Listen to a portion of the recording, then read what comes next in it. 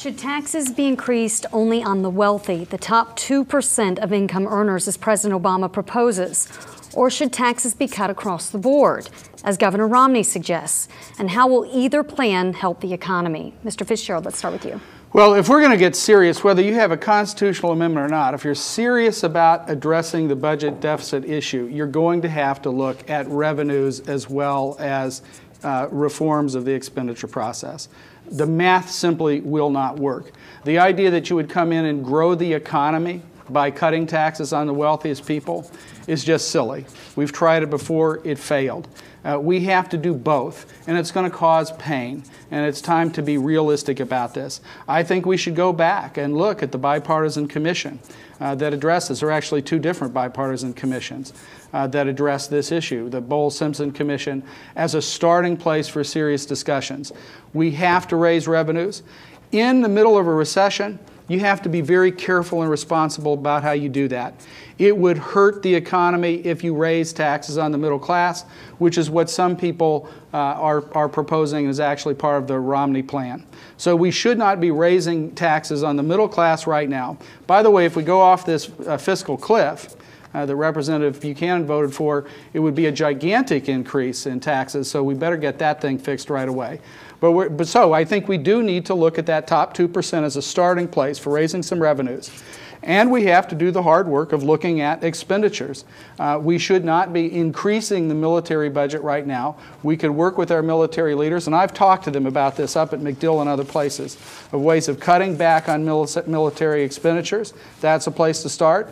But yeah, we actually have to look at entitlement reform as well. We have to do that or we're not going to solve this problem. So you can come up with a gimmick and say in 7 years you're going to have a balanced budget amendment. But what I want to do is go up to Congress and get to work right now on these issues and be responsible about it. Thank you. Mr. Buchanan?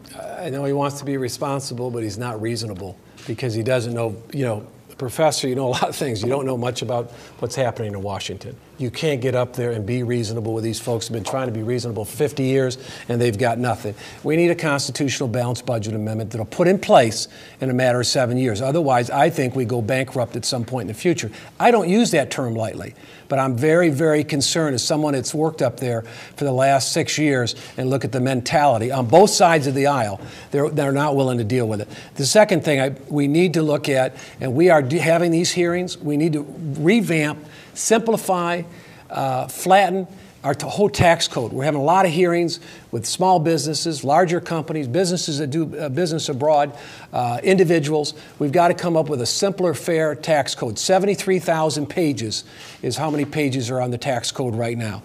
And he talked about the economy doesn't make a difference. Part of the problem we've got is we've got 23 million people unemployed.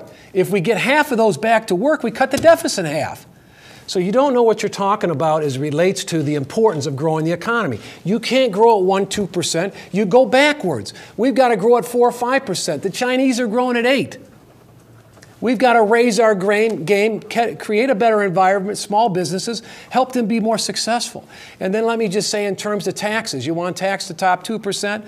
Let me just tell you, most people I know that have been successful or making any money, they're making money because they're running businesses. They're small business providers. Many of them will make $500 and they got 107 employees. I know that because that's the environment I've been in all these years.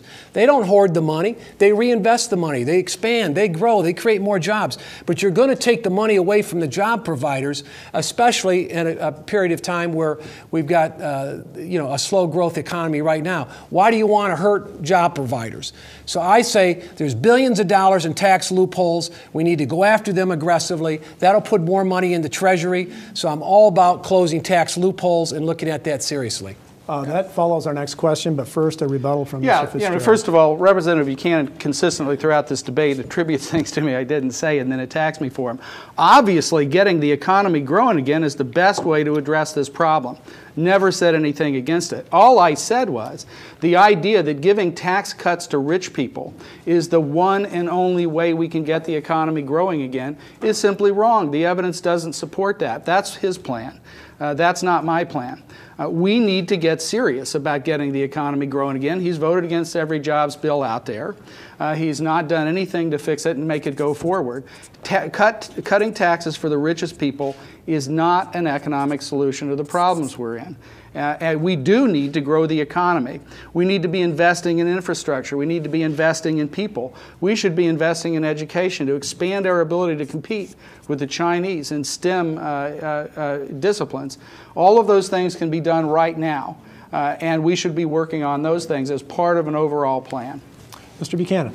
I tell the professor he hasn't done his homework when he says to me that we haven't done anything on jobs bills. We've passed 31 jobs bills out of the House. Do you know that? I haven't passed any in the last 2 years.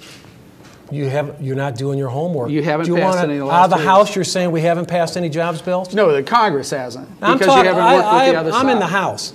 Well, so you're only going to take responsibility. You have to work with the other side in order to get things done. We're working with the other side. That's how we're passing a lot of these jobs. No, I mean the other side, the other house. You have to be working across the aisle. We do work with them, houses. but my point is, out of the House, we passed 31 jobs bills. And a lot of those jobs bills have contained part of my 10-point jobs plan. And one thing I've done is created thousands of jobs over the years. But you're not getting the job done. You're just not getting Gentlemen, the job done. we're gonna move on to the next question now, and we're going to stay on the tax issue. How would you reform the federal tax code? Which deductions and loopholes would you eliminate? And should investment income be taxed at the same rate as earned income? Or should the U.S. adopt a flat tax rate system? Mr. Buchanan. We're in the process of doing that. The Ways and Means Committee, if you look underneath it, right under it says it's a tax writing committee.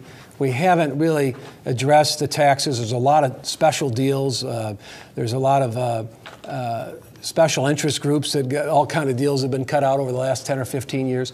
But we are having a lot of hearings. We are hoping to put together a tax plan going forward in the future, which would lower the taxes. I can just tell you, my sense of it is bring down the taxes so it's flat or fair and eliminate a lot of these loopholes. We have a lot of big corporations that are making hundreds of millions, hundreds of billions maybe, and paying no tax. That's wrong. And so we're going to look to eliminate a lot of these tax loopholes. We're going to focus on do everything we can to keep it simple, fair, and flatter for everybody, and so that you don't need 73,000 pages to comb through. The other thing is that way we have the highest corporate tax rate in the world. The world's changed. I remember my wife and I went to Beijing in 1989 in China. It was a bunch of people in gray outfits riding bikes and a couple of buses blowing smog. I've been back there a couple of times because of the trade committee and other things. They are real competitors. They're growing at 8 to 10% a year. Same thing with India and Korea. I've been in Seoul, Korea.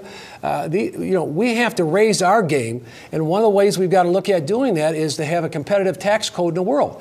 Hong Kong. I was over there in 1989, and Milton Friedman said that Hong Kong has the lowest tax rate in the world. They have a flat tax back then at 20%.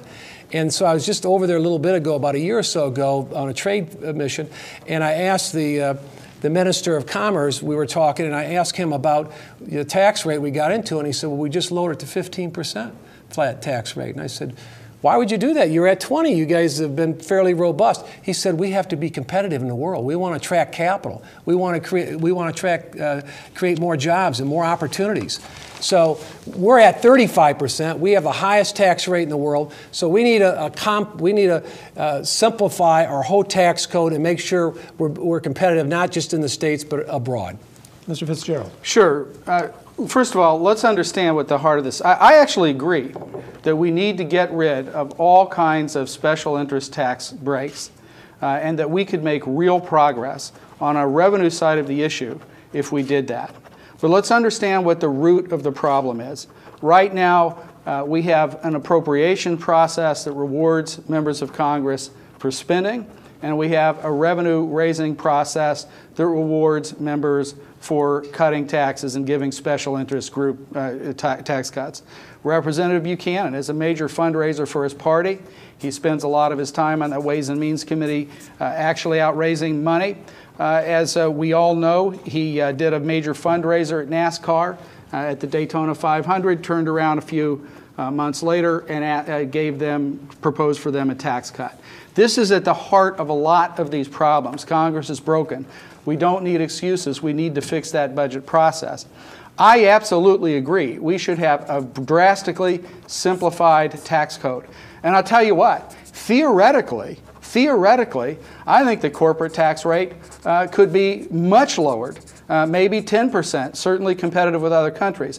But in order to do that, we have to ask people who are making the most in income to pay their fair share to offset those revenues. We need to be competitive internationally, absolutely, and we need tax codes that will do that. But we also need to be educating our workforce, because the reason that the Chinese and the Koreans and the Indians are beating us is that they have more middle-class people attaining more in education, which creates more value-added jobs. So it's not just about cutting taxes, it's also putting people back to work and educating them to be competitive in the workforce of this 21st century. And that's something that this Congress has failed to do.